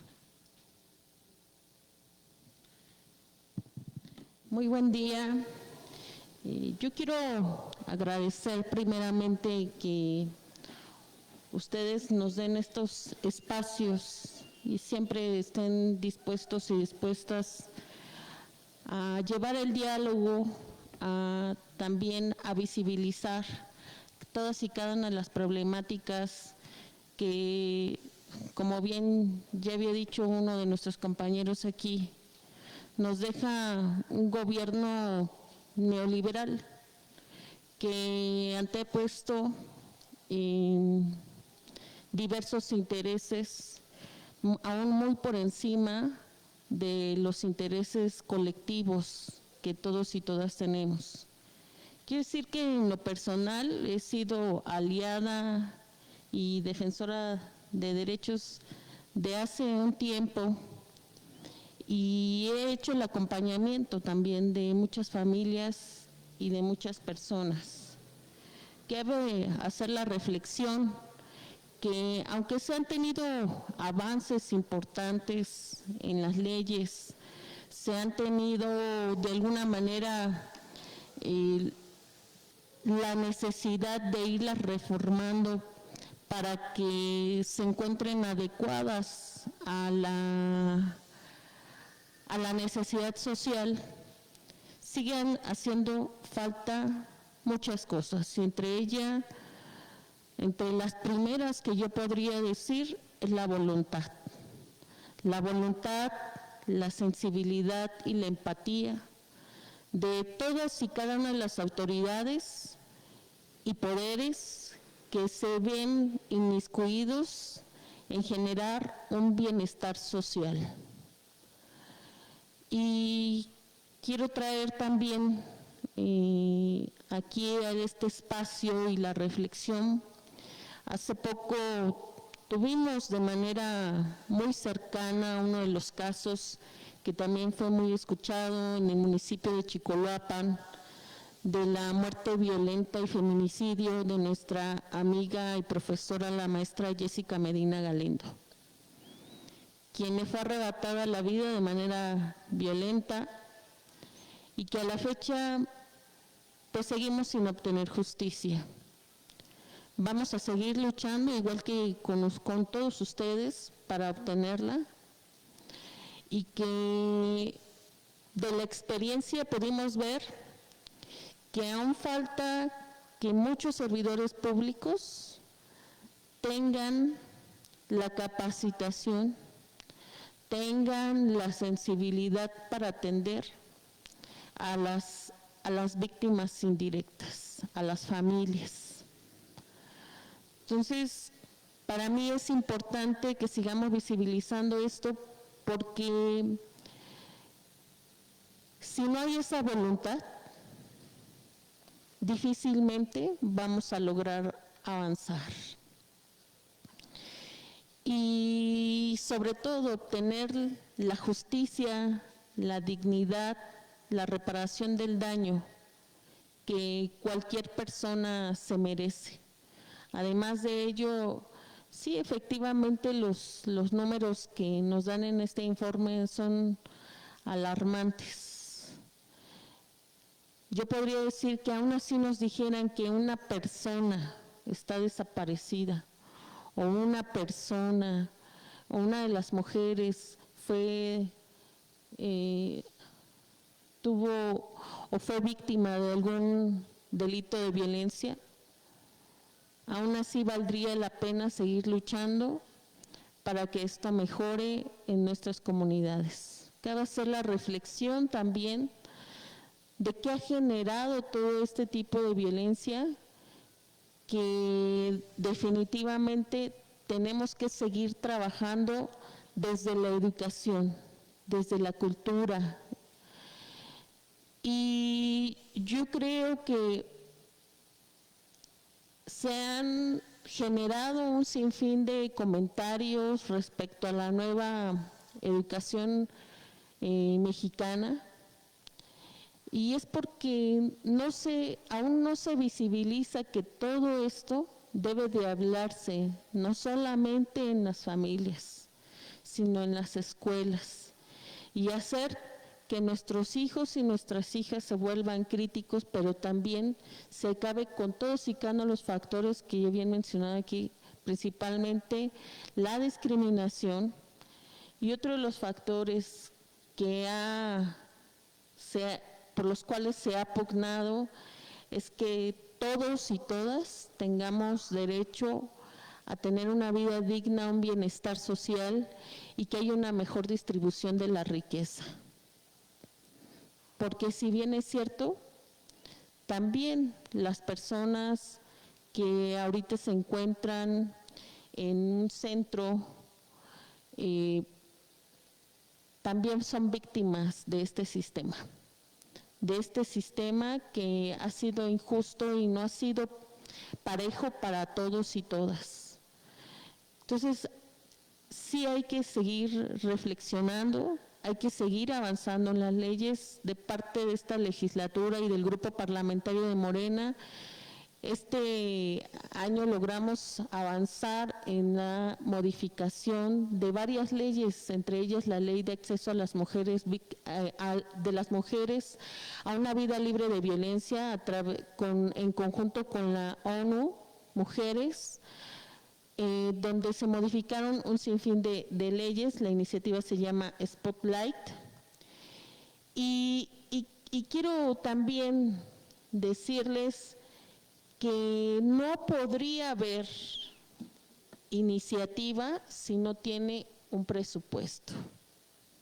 Una servidora, tengo una propuesta ahí pendiente todavía en las comisiones de esta legislatura, porque podríamos hacer un sinfín de acciones, pero si no tienen un presupuesto para poderse ejecutar y generar un presupuesto con una perspectiva de género, atendiendo a los diversos géneros, incluyendo a la comunidad LGBT, tampoco podríamos avanzar. Entonces vamos a requerir de la sensibilidad y de todo, que sobre todo el compromiso de la sociedad, de que hoy lo que requerimos es igualdad. Igualdad de derechos, igualdad de oportunidades. Y por último, quisiera también manifestarles que de mi parte voy a hacer un ejercicio muy importante en mi municipio. Voy a empezar por mi municipio para poder sensibilizar a toda la ciudadanía respecto al derecho al agua, que hoy el licenciado Obando, el ciudadano Ricardo Obando nos comparte. Igual nos comparte, y tiene que ser de la mano de la sociedad civil organizada, porque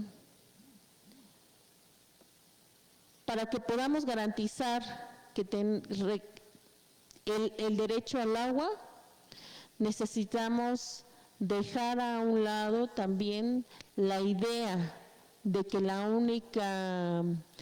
de que se beneficien unos cuantos por solo verlo como un negocio.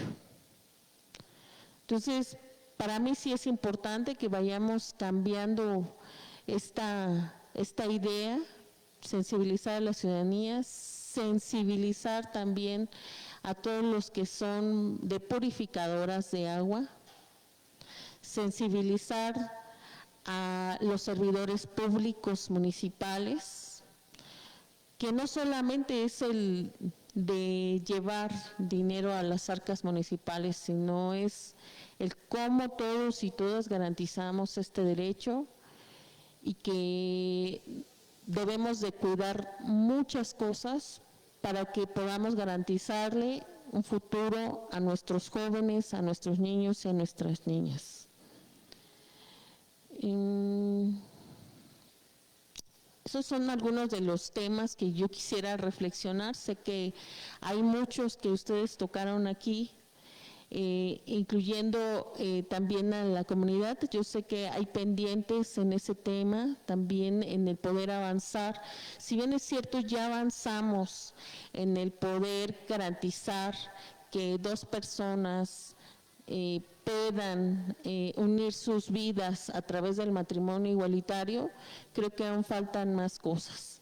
He tenido ya ahí algunas solicitudes de parejas diversas que quieren ya registrar a sus hijos, a sus hijas, porque los han tenido a través de diversos métodos. Y eso podría mejor y sonar algo que no podría beneficiar a la mayoría de la ciudadanía, pero ya vimos en este informe que no son una minoría.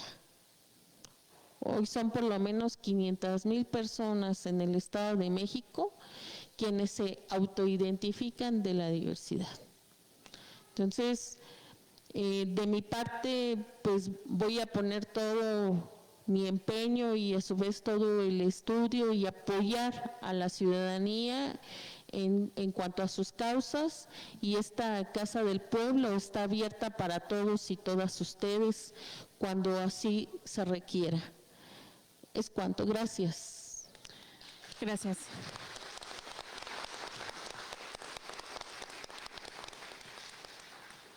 Le pedimos al maestro Carlos Felipe Valdés, visitador general de atención a personas privadas de la libertad por parte de la Comisión de Derechos Humanos del Estado de México, que tome la palabra.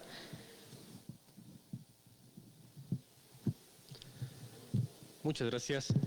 Buenas tardes a todas y a todos. Con el permiso de las personalidades del Presidium, pues comentar que, atendiendo a las indicaciones de nuestra presidenta de la Comisión de Derechos Humanos del Estado de México, la maestra Mirna Araceli García Morón, pues queremos refrendar nuestro compromiso como organismo público de derechos humanos para coadyuvar con toda la sociedad civil organizada, con las diferentes autoridades del Estado de México en la promoción y defensa de los derechos humanos. Sabemos que es un camino muy largo, que es un tema complejo. Sin embargo, pues la Comisión de Derechos Humanos está poniendo todo su esfuerzo y su compromiso con toda la sociedad civil organizada, con toda la sociedad civil cotidiana, y con todas y todos ustedes, y con todos los grupos vulnerables que se han comentado en esta reunión, en este evento, pues para poder seguir implementando mecanismos que fortalezcan la defensa de los derechos humanos. En ocasiones, pues la Comisión está limitada en ciertas atribuciones, en bastantes atribuciones, pero bueno, pues en lo que está en nuestras manos estamos poniendo nuestro mejor esfuerzo para poder atenderlo en la medida de nuestras posibilidades. Sería cuanto por mi parte. Muchas gracias. Y pues estamos al pendiente, y sí quiero refrendar ese tema, que la Comisión está para servirles a todas y todos ustedes. Gracias.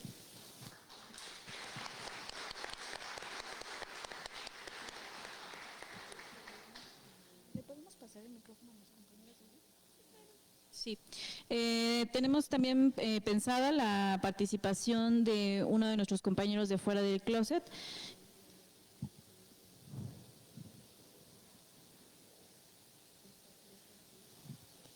Bien, muchas gracias. Muchas gracias al Centro de Derechos Humanos, Seferino Ladrillero, por la invitación para participar en esta ocasión como parte de la presentación de este informe, en el cual ya se citó algunos de los trabajos que hemos realizado. Mi nombre es Ricardo, vengo de una organización que justamente se llama Fuera del Closet AC. Es una organización que ya ha trabajado desde hace más de 13 años en el impulso de los derechos humanos de las personas LGBTTI en el Estado de México, principalmente la atención de asesoría médica, jurídica y psicológica a personas LGBTTI.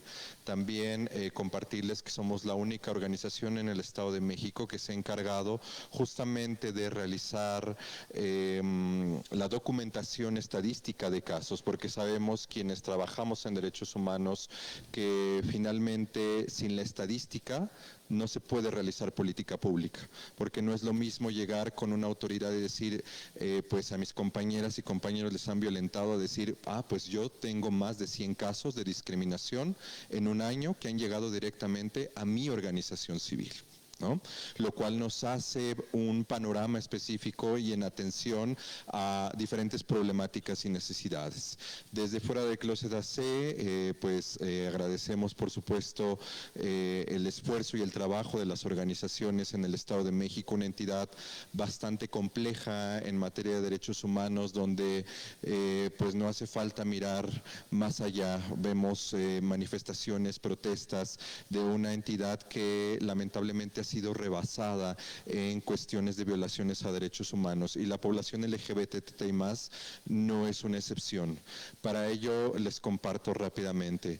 En 2021 registramos cerca de 101 casos de discriminación, principalmente por parte de las familias a personas LGBTI por su orientación sexual, identidad o expresión de género.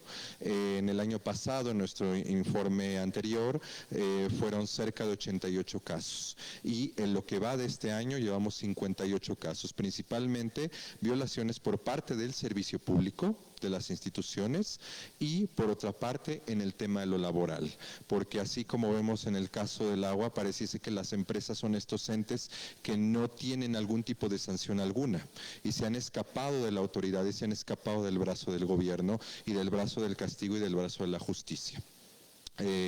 Finalmente también quisiera refrendar algunos pendientes que tenemos, no nada más dentro de la propia legislatura, ¿no?, como es el caso de las infancias y de las adolescencias trans y el reconocimiento de los derechos, porque las personas LGBTI no nacemos a partir de los 18 años, nacemos desde que nacemos y existimos desde que existimos, y por tanto nuestra orientación y nuestra identidad son válidas ante cualquier otra persona y ante cualquier sociedad, y por ello también, aprovechando la participación tanto del diputado Max, de la diputada Anaís, que ya no está, y también de la diputada Carmen, que sé que han sido aliadas y aliados en estos temas, comentarles y compartirles, que yo creo que ya lo tienen de conocimiento, que existe una acción de inconstitucionalidad, la acción de inconstitucionalidad 124/2023, la cual busca invalidar, de acuerdo a la Ley de Identidad de Género, el hecho de que una persona mayor de 18 años sea la única que merezca el reconocimiento de ese derecho. Entonces, espero que ahora que se vuelva a ingresar a la legislatura, se haga el cambio necesario y el cambio suficiente, ya que es un mandato de la Suprema Corte de Justicia de la Nación que se haga una modificación pronta. Entonces, sí o sí vamos a tener ese derecho para niñas, niños y adolescentes. Y por tanto también, pues no nada más las instituciones se necesitan y requieren el trabajo, sino toda la sociedad necesitamos avanzar en conjunto, porque los derechos no nada más son para una sociedad o para un tipo de población.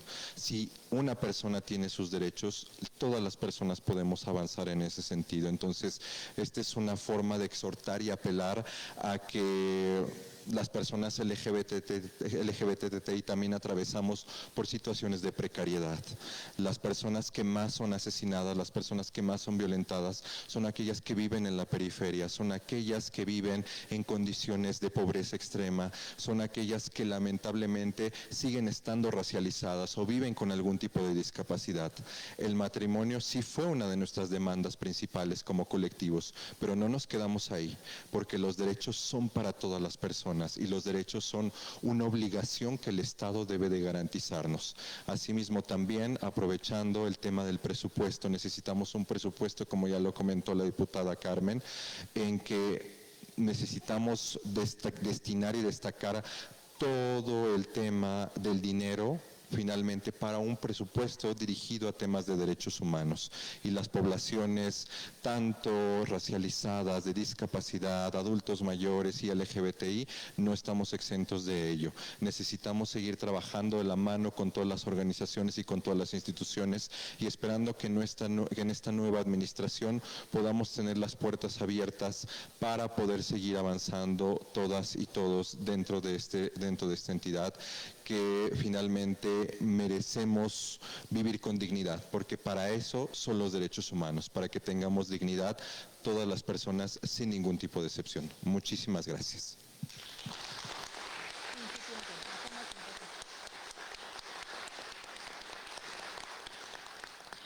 También damos la palabra a la vocera del colectivo Haz Valer Mi Libertad.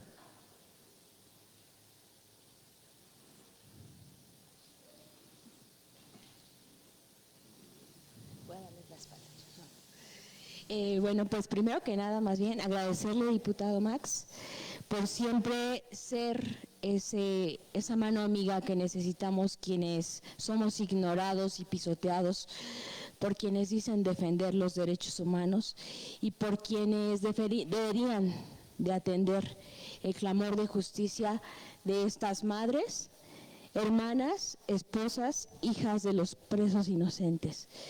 Estamos aquí alzando nuevamente la voz y haciendo saber que llevamos ya 77 días de un plantón, en donde hemos sido ignoradas, pisoteadas, amenazadas, amedrentadas, pero que eso no ha detenido nuestra lucha por la libertad de los presos inocentes. Gracias, compañero José Guadalupe, por estar acá.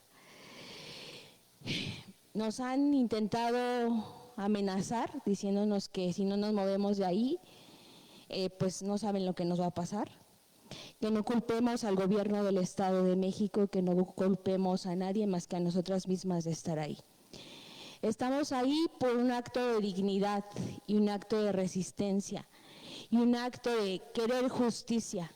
Nosotros no estamos por dinero ni por fama ahí plantadas frente al Palacio de Gobierno del Estado de México. Estamos ahí porque miles de jóvenes fueron torturados, miles de jóvenes fueron acusados falsamente de un delito que no cometieron, miles de ellos por su portación de rostro, por ser morenos, por ser jóvenes. Y es lamentable que seamos ignoradas. 3 años de protesta, 3 años de desgaste terrible, económico, físico, emocional. Pero si algo nos ha mantenido aquí es nuestra inocencia. La inocencia de estos jóvenes que hoy no solamente están pagando sentencias aquí en el Estado de México, sino que también por la protesta fueron trasladados a penales federales fuera de este estado, lejos de nosotros. Desde noviembre del año pasado que yo no veo a mi hermano y a nadie le ha importado. Solamente quiero agradecer también al Centro de Derechos Humanos Seferino Ladrillero por acompañarnos en esta lucha ardua por la libertad de nuestros presos inocentes, por saber que no estamos solas ni solos y que hoy nuestros presos sí tienen esa voz que se necesita, esa voz que quisieron callar, porque desgraciadamente para el Estado solamente son cifras. Sus pantalones, sus zapatos, su playera, sus calzones tienen un número, pero ellos no son un número. Son unas personas a las que les destrozaron la vida brutalmente. Hijos que han crecido sin padres y padres que han tenido que vivir y sobrevivir al dolor de tener a un hijo preso. Para ustedes, mamás, y para padres de familia, mis respetos. Porque si a mí me duele la ausencia de mi hermano, yo no sé cómo sobreviven todos los días a la ausencia de sus hijos. Y para ustedes y para ellas yo les pido que les demos un fuerte aplauso a estas madres que han resistido.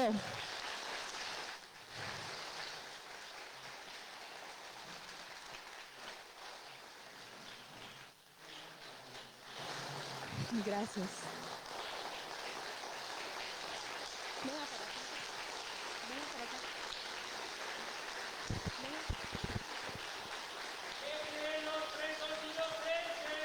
¡Libertad!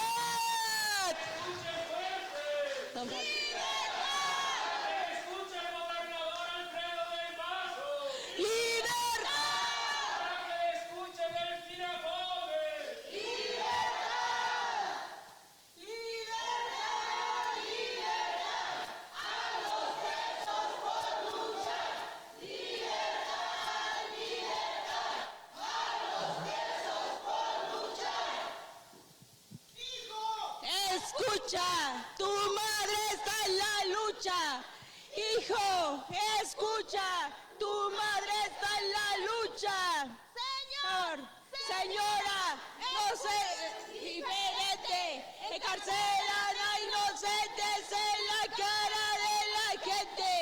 Señor, señora, no sea indiferente, encarcelan a inocentes en la cara de la gente. Ellas son mis compañeras. Son las madres, son las hijas, son las esposas, somos las hermanas de los presos inocentes del Estado de México. Y les decimos que no nos rendiremos, nunca nos rendiremos en luchar por la libertad de nuestros presos inocentes, porque somos inocentes. Y cuando digo somos es porque la cárcel no solamente es para ellos, es para nosotros también. Nosotras también pagamos el precio de la injusticia. Y desde aquí el llamado a Alfredo del Mazo a que atienda ese diálogo que le hemos venido pidiendo desde el primer día, desde el 1 de junio del año 2023, que nos plantamos frente a su palacio de gobierno. Ahí donde reina la opulencia pero no la justicia. A Ricardo Osorio Cuellar, que gana miles de pesos, pero le pagan por meter a gente inocente a las prisiones del Estado de México, que a pesar de saber que somos inocentes, nos ha tenido ahí. Y lamentable su actuar también de la Comisión Estatal de Derechos Humanos del Estado de México, que a pesar de que a través de nuestras redes se ha enterado de todo lo que nos han hecho, jamás hemos sido visitadas por ellas.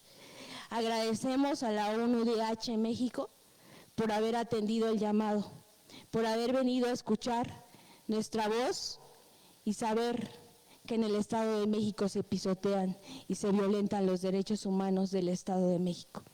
Agradecemos a cada uno de los medios, que son más de 280 medios, que han cubierto y han escuchado la voz de los presos inocentes, que a través de su lente, de sus plumas, de sus escritos, de sus notas, hoy los inocentes en el Estado de México tienen voz.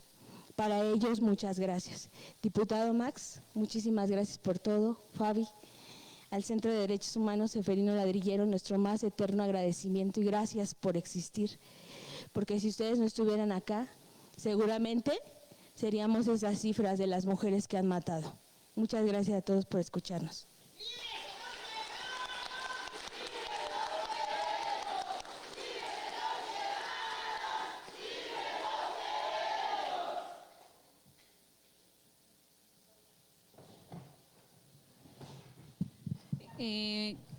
Bueno, ya. Gracias. Ya no sé si la diputada Anaís Burgos pueda darnos algunas palabras. Escuchó prácticamente el informe.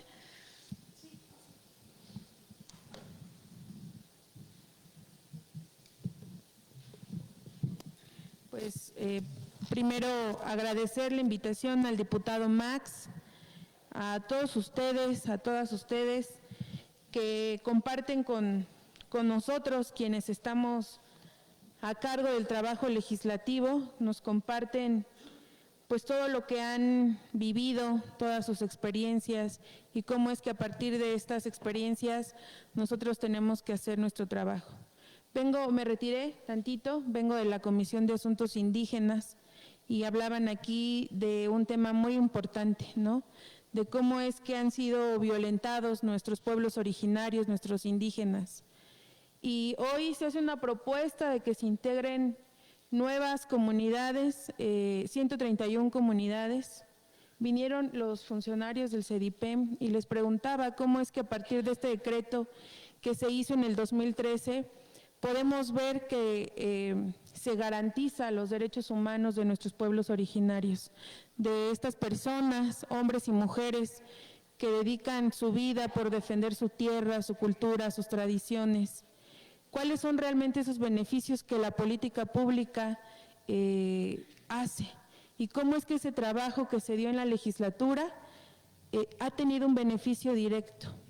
Pues no hubo una respuesta y entonces ese es el trabajo de las y los diputados que tenemos que seguir empujando para que las políticas públicas realmente sean emanadas, propuestas, diseñadas por quienes habitan, en el caso de los pueblos originarios, ¿no? Tenemos una gran tarea, tenemos una gran responsabilidad histórica que le debemos no solo a los pueblos originarios, sino a todos los sectores de la población. Cuando inició el foro le decía a mi compañera Carmen que leía yo sus carteles donde dice soy inocente, y toda esta semana me tocó escuchar casos de mujeres que están en una condición de vulnerabilidad porque no pudieron entregarle al MP 50,000, 100,000, 15,000 pesos para que sus hijos, su esposo, sus hermanos no estén en el reclusorio. y que es frustrante, es indignante y que nos deja una reflexión como diputados. Tenemos que ir más allá. Nuestro trabajo tiene que ser más fuerte, más consolidado, más organizado, pero de la mano de todos ustedes. De verdad yo les agradezco porque a veces cada diputado, cada diputada tiene su propia agenda. Estamos metidos como en los temas que creemos que son importantes y a veces dejamos de lado escuchar estos temas que pues son el corazón, la fibra de nuestro Estado de México, lo que vivimos. Yo les agradezco mucho, le agradezco a Max, les agradezco a los compañeros del Centro de Derechos Humanos Seferino Ladrillero por hacernos partícipes, por escuchar, porque sin duda como diputados no debemos olvidar cuál es nuestra tarea. Y pues Max, que es un compañero que siempre ha estado impulsando, empujando, que en materia legislativa vayamos cambiando estos aspectos, pues le agradezco la invitación y vamos a seguir trabajando fuertemente para que haya un cambio real en el Estado de México.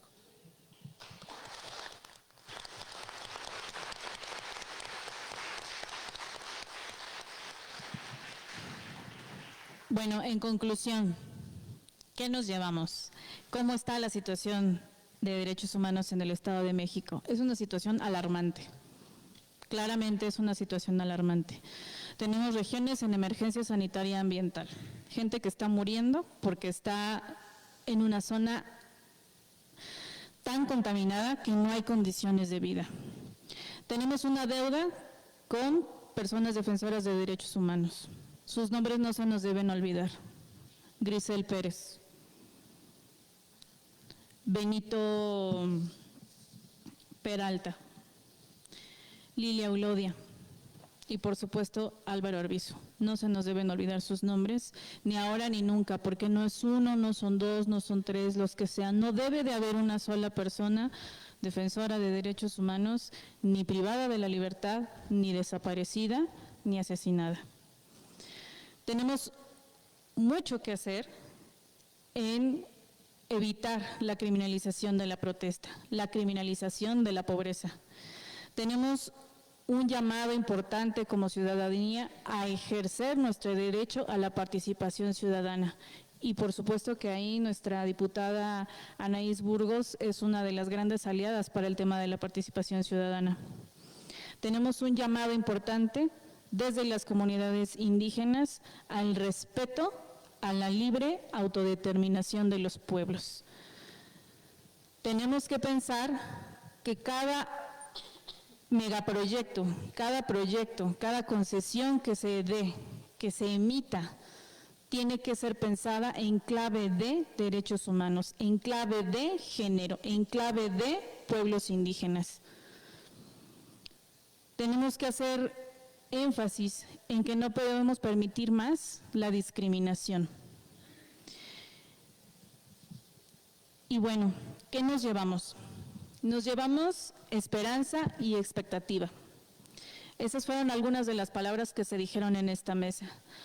Claramente tenemos altas expectativas de lo que viene, porque lo que fue terrible. Entonces, hacemos un llamado a que este informe, a que la voz de Lady, a que la voz de Ricardo y la voz de quienes no están aquí, porque ya no pueden estar aquí, sean escuchadas. Hacemos un llamado a que lo que viene sea mejor que lo que ha pasado. Hacemos un llamado a hacer las cosas diferentes. Se habló también en la mesa de que lo que se nos deja es un gobierno neoliberal. Bueno, pues entonces pongamos las manos y hagamos acciones para que eso ya no suceda. También nos llevamos que ya no vamos a admitir y permitir servidores públicos insensibles, servidores públicos que no estén capacitados. Entonces, hacemos un llamado a que quienes vengan y ocupen los próximos lugares sean personas que sean sensibles, que sí tengan conocimiento de derechos humanos, de género y de la no discriminación. Luego, entonces, también quiero cerrar con esta invitación o este comentario que nos hace el diputado Max sobre buscar que desde el grupo parlamentario y como lo dijo también sin enarbolar banderas, que se haga un llamado desde esta Casa del Pueblo al gobernador Alfredo del Mazo a que haya un diálogo con las mujeres que buscan la libertad de sus hijos, sus esposos, sus padres, sus hermanos. Las mujeres que acaban de estar aquí enfrente de nosotros del colectivo de Haz Valer Mi Libertad. Es inaceptable, como lo dicen ellas, que el gobernador se reúna con empresarios, con clérigos, pero no con la ciudadanía. Muy lamentable y muy inaceptable. Luego entonces dejamos este llamado a que se tejan los puentes de comunicación para que exista esta comunicación con el colectivo Haz Valer Mi Libertad y se revise caso por caso lo que puede suceder y cómo vamos a obtener la libertad.